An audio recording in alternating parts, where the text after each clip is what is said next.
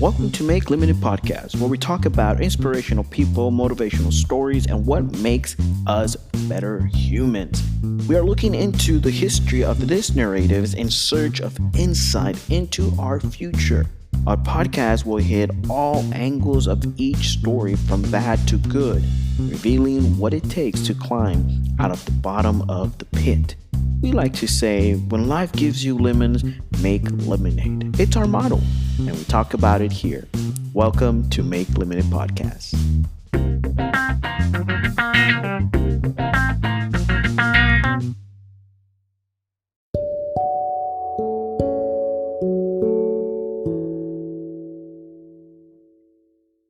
All right, so welcome everyone. Your host John here. We want to welcome our guest today, and it is Karla. So before we have Karla talk, let's learn a little bit about who she is so that you can get an idea of who we're talking about today. So Karla Trevino is a makeup artist. She's a businesswoman. She's an entrepreneur. She's an educator. She's an actress.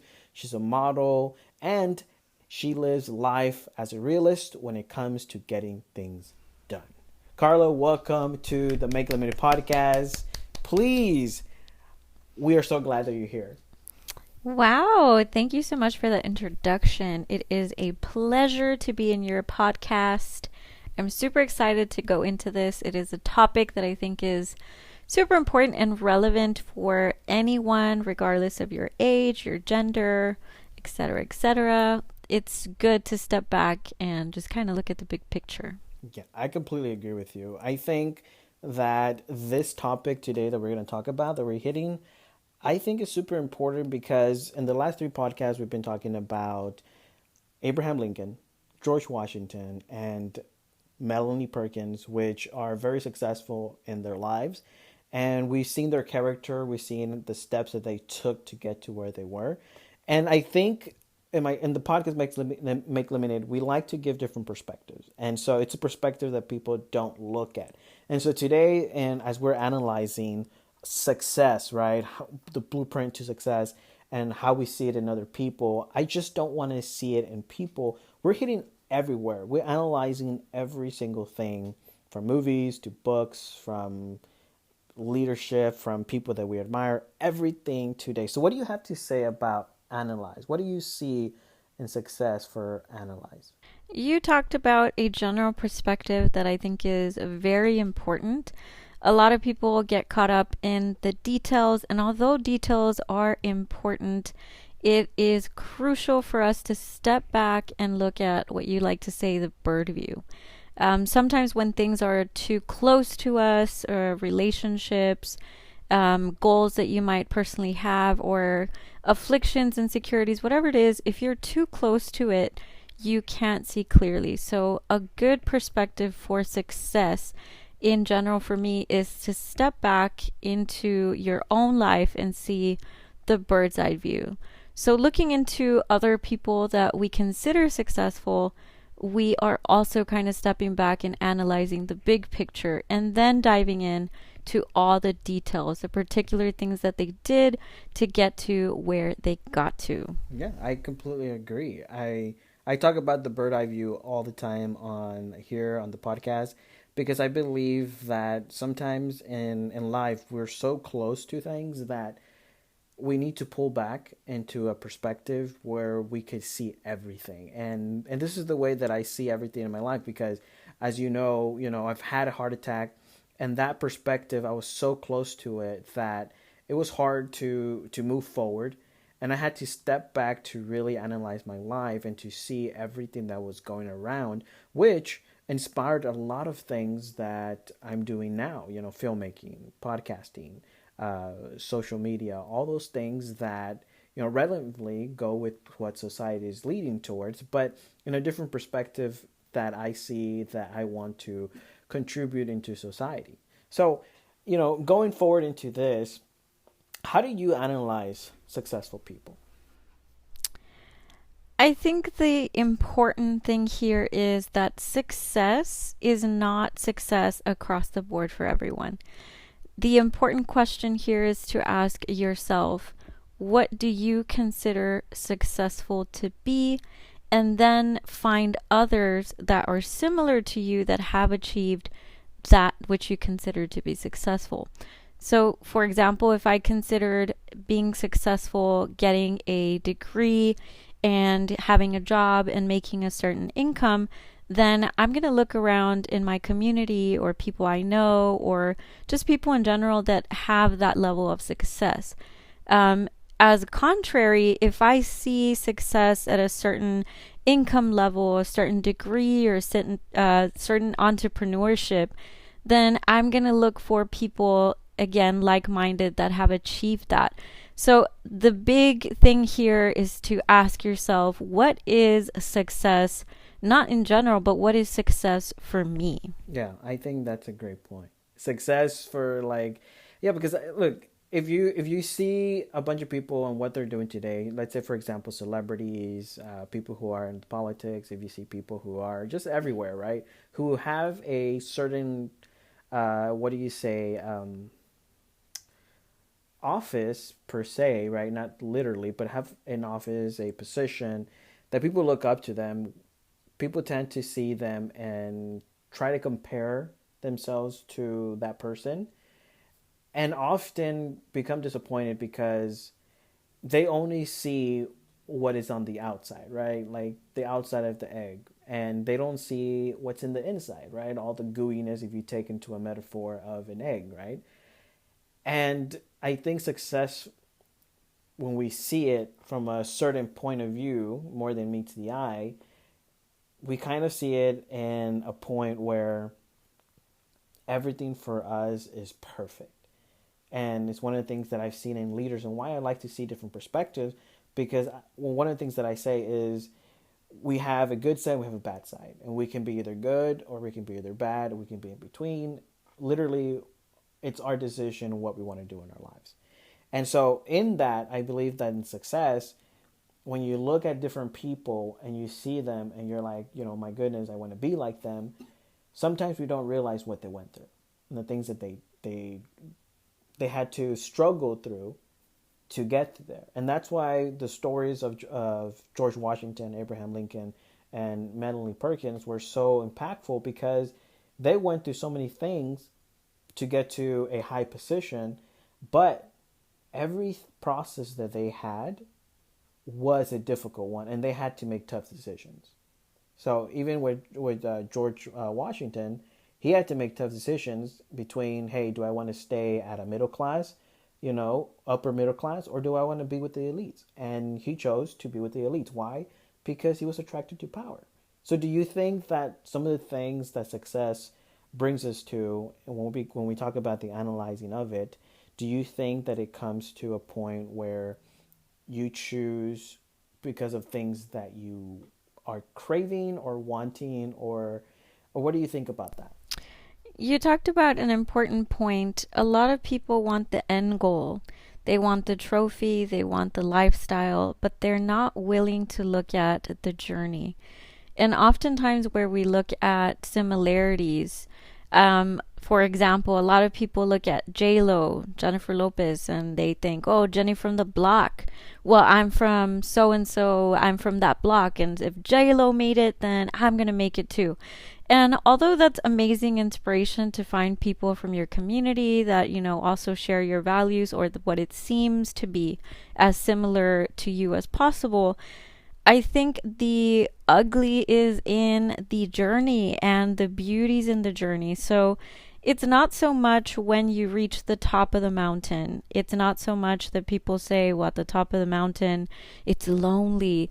There's so many perspectives and factors that go into success that, again, it's really a journey of the self. Once you understand what success means to you, there is going to be a crossroads. Inevitably, you're going to have to come back and really dig deep and say, what am I willing to do? How hungry am I? What am I willing to do to get there? And what kind of compromises am I willing to do? I think the higher that you climb in your journey of success, the different levels require different things from you. But I think the bottom line and the baseline is coming back to What do I want to be doing? What do I want to be waking up to?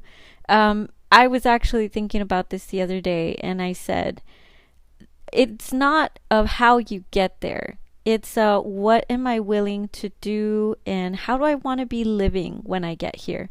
What does my ideal morning look like? Financially, what does my ideal bank account look like? So, in this, you kind of get to explore this idea that freedom for everyone is going to look different. And I think that success in my book equals freedom. Either it's creative freedom, it's financial freedom, just the idea of having a choice and creating the world that you are fulfilled in and happy with the people that you want to surround you, with the team that you want to work with, is to me the absolute best level of freedom and success that anyone can achieve, and what I think we really all just crave when it comes down to it, looking at success in the big picture and just in general. I like what you said towards the end of that, and I agree 100% with what you're saying. Um, do you think that successful people make it on their own, or do they have people down the line that have in some way helped them get to where they want to be? That's a great question. I think that a lot of people take credit once you're at the top of the mountain. When you're giving that like Emmy speech, or you're going to say, okay, I want to thank everybody and thank you so much for so and so. And we just kind of remember all of the good. But like Cardi B says, I just want to thank the haters. And, it's not a common thing to embrace the negative. But if something I've learned in these past couple of years in my personal life is that every single negative gave me more strength, more wisdom, more personal growth than any positive or any win that I had. I've always been very, successful academically, and it's really not taken a whole lot of my effort to have those wins. But I can tell you that every time that I failed, every time that I didn't have it my way immediately, and it made me angry and it made me doubt myself, I actually tried harder and I learned more about myself, what I was willing to do to get what I wanted, and, the work that it truly took.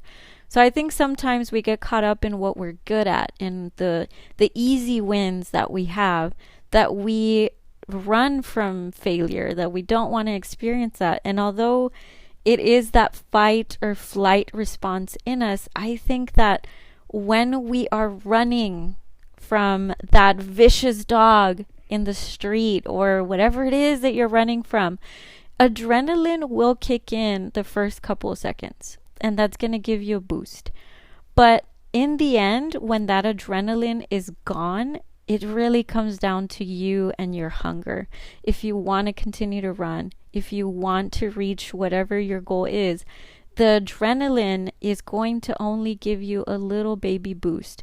And the important thing for me to kind of talk about in this particular scenario is that I feel like a lot of people want the boost every day, at every moment in time, and I need to feel motivated, and I need to listen to this, I need to listen to that. And I'm all about self-help, and I'm all about having your moment in the morning, in the afternoon, whatever you need.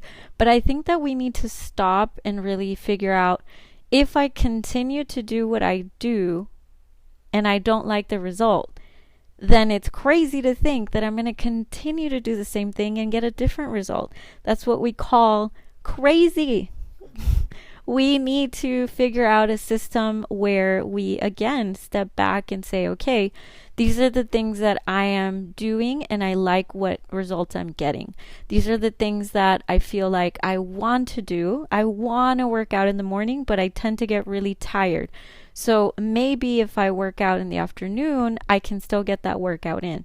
So it's really about stepping back and seeing what works for you, what doesn't. And it's okay to fail. I think we need to embrace failure and learn from that and just kind of regroup and figure out what works for me. It's not about my neighbor. It's not about that, person I look up to. It's about figuring out what works for me personally. I that gives me like a great idea if somebody would come up with like a um, kind of how we have on social media analytics and how we go into our data and find out what's working and what's not, what people are looking at on our content. I picture that and what you're saying in a certain way of our own lives, where we look at our content, which is what we're doing every day. What are we creating? What are the routines that we're making, if they're good and bad? And kind of like see, what, kind of make a graph or so of the things that we're doing all day and see what do we need to stop, like what is being effective and what is not. I think if somebody made something like that, like on the iWatch or something, I think a lot of people would see a lot in their life that they could like get rid of, and what would make them more productive per se, right? And I have a calendar that I do something like that where I measure my percentage of the month of how much I have done and how much I accomplished through percentages. So sometimes I'll have like every month something that I did, and if I don't do it that month, that's a percentage off, right? So towards the end of the month, I see, I had 30% that I did productiveness, and like the other percent was like other things that I did that maybe I need to get rid of to be more productive in what I'm doing. So I don't know. What do you think about that? I think most of America at some point, or most of the world, goes to a job where the boss asks you to meet every week, or once a month, and a general staff kind of setting. And you look at data, right? And you look at routines and you see what's happening, what's working, and what's not. And my point here is we sometimes give so much to others, and it's more of like company others. And we get home and we crash out, we watch TV, we binge watch a show, we eat junk food, and then we look in the mirror and we cry about how stressed we are, how overweight we are, and how unhappy we are. And I think that the same type of energy that we put into a work setting, looking at that data, is the same type of awareness and energy we need to fix the outside of personal life, who we hang out with. I was talking to a friend the other day, and she is spending about $300 a week. She got a personal trainer, meal plan, everything. And she was telling me, you know what? It's because Friday I start with the taco in the morning, and I feel like I got to do something for lunch. And pues, I already lost it. So let me just, go ahead and have dinner. And then Saturday, well, it's Saturday. And so I start off again. And then Sunday, it's Sunday. But girl, I come back to work on Monday and I'm ready. And it made me laugh because a lot of us feel defeated with that one decision. You made a taco decision in the morning and you're like, well, what the heck, man? I'm just going to do lunch and dinner. And I've been guilty of feeling defeated because I made a bad choice. But in that moment, I think you still have control. So what I advised her, and I have a background in fitness as well, I told her, look, the goal here is not to beat yourself up every bad decision. The goal here is to train your mind to think, okay, if I have a taco in the morning, what kind of active things can I do throughout the day? If I decide that I'm going to go to a pizza party for lunch, then maybe I can go, have a shake for breakfast, be active and go to the park or the gym after school, after my work, after whatever. So what I wanted to tell her is, stop beating yourself up.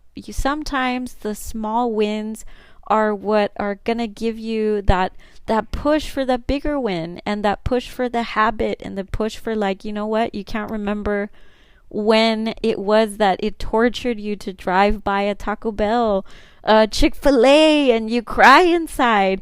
It's, I told her it's not the crime, it's how we look at it. And food should never be a crime. And unfortunately, when you start your journey, there's a lot of things that you feel, well, I already made this decision. So what the heck? Who cares? But at the end of the day, it's you. It's you who cares, not your company, not the people, that are close to you that try to have good intentions. It is you at a personal level. So I think it's important to reflect and have that time of awareness for our own selves, and not just the people that we love or the people that we work with or the company that we work for, because we matter. I agree. That is 100% good stuff. I think that is effective because I believe I remember we were talking about this last time. I don't recall with what, but we said a picture of when somebody's already in a hole, bottom of the pit, whatever, and they end up digging themselves deeper with that overthinking or kind of thinking about like they messed up, and they kind of get into this state of just like, oh, I messed up, and then try to, it just keeps on like a ripple. It keeps on repeating. And I see it as, you know what, you're already on the bottom of the pit. Why are you going to dig it more so that you can be in it more and stuck more? Because it's harder to get out once you're too deep. And it's better to get out when you're at the bottom of the pit than to dig even more to be even further, right? And I think that only is going to create more chaos in your life. And I like to say this every time. How do you do something? How do you accomplish something? You eat an elephant one bite at a time, right? The question is, how do you eat an elephant? The answer, one bite at a time. Because if you try to stuff a whole elephant in your mouth, it's just not going to happen. Not even animals in the wild eat an elephant all together. And I know that's a little out there, but let's get back to what we're talking about today. And we're analyzing successful people. We're talking about what are some of the things that really get someone to be successful. Little things here and there, like we were talking about, that, it has to be the way that you think. It has to be the way that you do things. You got to push yourself through these matters that you want to get to. And ultimately, like you said, you got to decide what do you want to be? Where do you want to see? How do you see yourself in the next 10 years? And that person that you see yourself, what are you going to do to get there? You know? And this is so crazy because, this takes me to a place of thinking and asking you, what are some of the things that you see in people that inspire you? I think I'm most inspired by people that had a lot of failure, a lot of adversity, a lot of self doubt and insecurity, that maybe didn't have the perfect life, and that were able to push through and persevere. So, this reminds me of a little metaphor I heard. I'm not sure what they fell into. So, there's two frogs, and they fall into a cup of some kind. And I'm not sure what the cup is made of. Like inside, it's either butter or like egg or something. And so one little frog tells the other one that's in the hole with them, you know what? Like, we can try jumping and jumping out of here, but, it's slippery and, it's going to get tiring. So we just might as well, like, call it a day, dude. Like, we are done for. And so while he sat there in the liquid substance, I'm just going to keep it general, the other little frog was just like, no, this can't be it. I know that we can, try again. We can maybe find a way to jump higher. And he does. And he tries to jump. He goes so much that the other little frog is just like, kind of stressed out and beat up for him. But the moral of that story is, whatever liquid they were in, the other little frog that continued to try to jump and jump and jump and run in the liquid eventually turns to a butter-like whip consistency, where it turns into solid ground for him to actually jump out of. So the moral of that little story is that when things feel hopeless, when you feel like you're drowning, it really pushes you to dig deep and really ask yourself, am I going to really give up here? Am I really going to allow myself to die? We always say every day, every stressful situation, you know what? Like I'm going to give up here. I'm done. I'm done. But it isn't really until we're facing that life or death type of feeling that you really figure out, am I done? Am I just going to sit here and drown and die? Or am I going to die trying? And I feel like a lot of these films and inspirational things really explore that idea of fight or fly when we are faced with survival, when we have to push through. It's not about our neighbor supporting you. It's not about feeling inspired. It's not about the best situation because you feel like you're drowning. You actually, in reality, are drowning. Reality versus what you want is so far away that we have to step into that faith concept. You know, the idea of faith is that you create things because you envision them, because you and your mind have created that vision as a reality. And that's why when it comes to success, I think it's a very personal matter because I can't expect my mom, my dad, my neighbor to fight for me. They can only do so much in the sidelines, but this is your game. This is you. And no matter how much support or how much criticism, whatever it is that you have around you, it's going to come back to that little frog. You are either going to sit down and drown and accept it, or you're going to keep trying and die trying. Yeah. Those are some inspirational words that I believe that make us better humans. And that's what Make Living is all about. It's about, inspiring, motivating people to be better humans. And the only way that you are able to become better is not only to practice and endurance, but in knowing who you are and making sure that you push to what you want to go through. Because in everything in life, we create our own problems, we create our own solution. And it's us living the life, not someone else. And when we start living lives that we want to be like other people, we start destroying who we are and we start losing that. And when we come back to it, we feel kind of lost because it's kind of like you went and you blacked out for a whole 5 years trying to be someone else. And then you come back and you're realizing like, oh, who am I?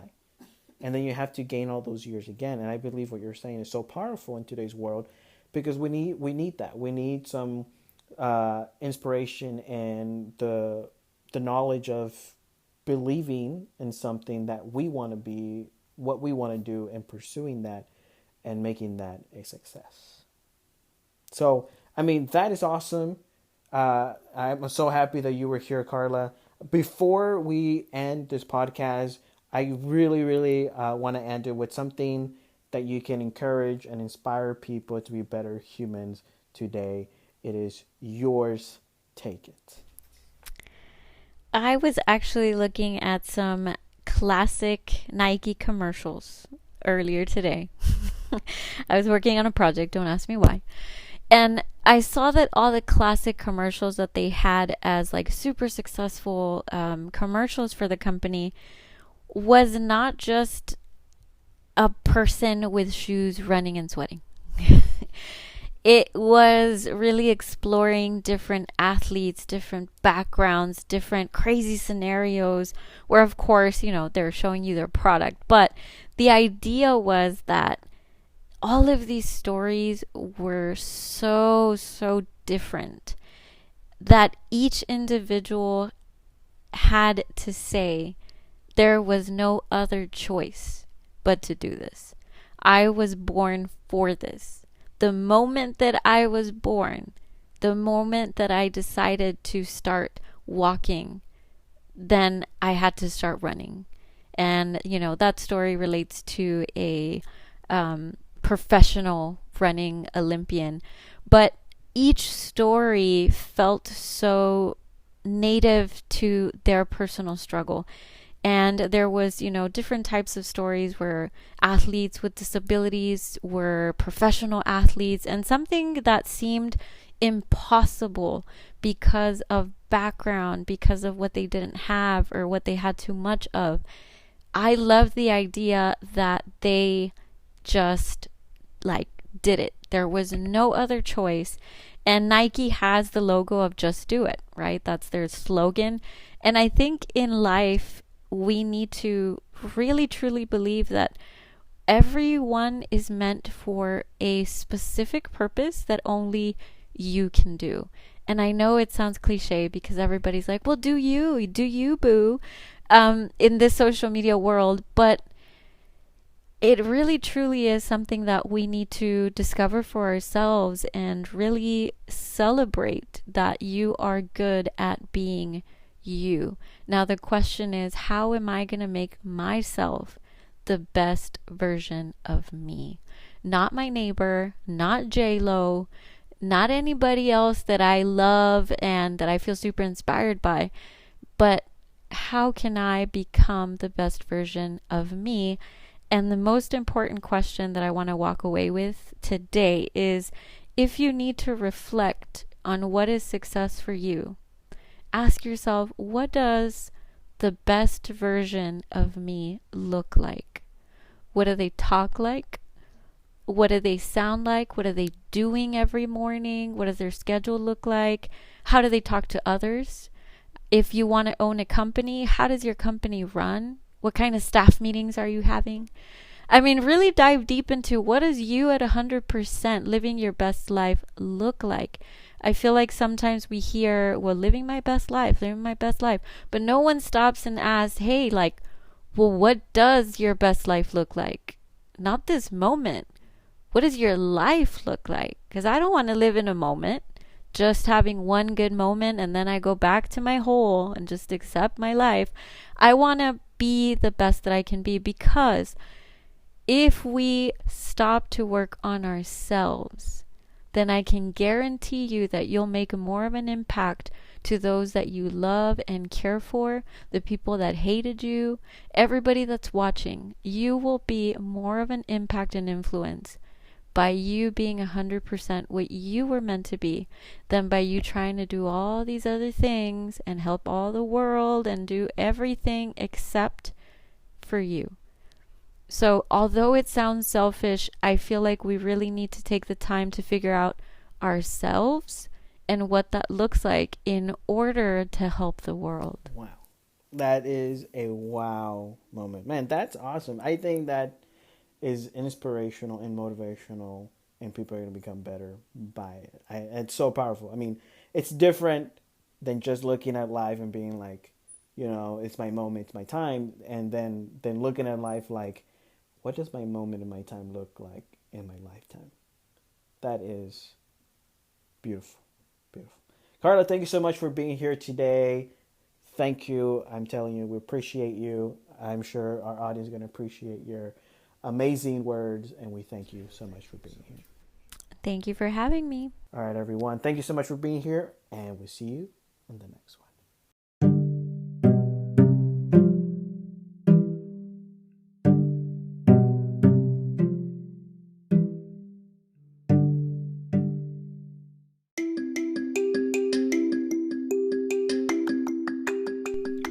Right, you have reached the end of today's podcast. Thank you so much for joining me on Make Limited Podcast. I hope that you are inspired, motivated to be better humans. You can reach us on Facebook at Make Limited Podcast or at our website, makelimitedpodcast.com. Let us know how Make Limited Podcast is making you a better human. Catch us on our next episode where we'll talk about the big brand Jif, the makers of peanut butter.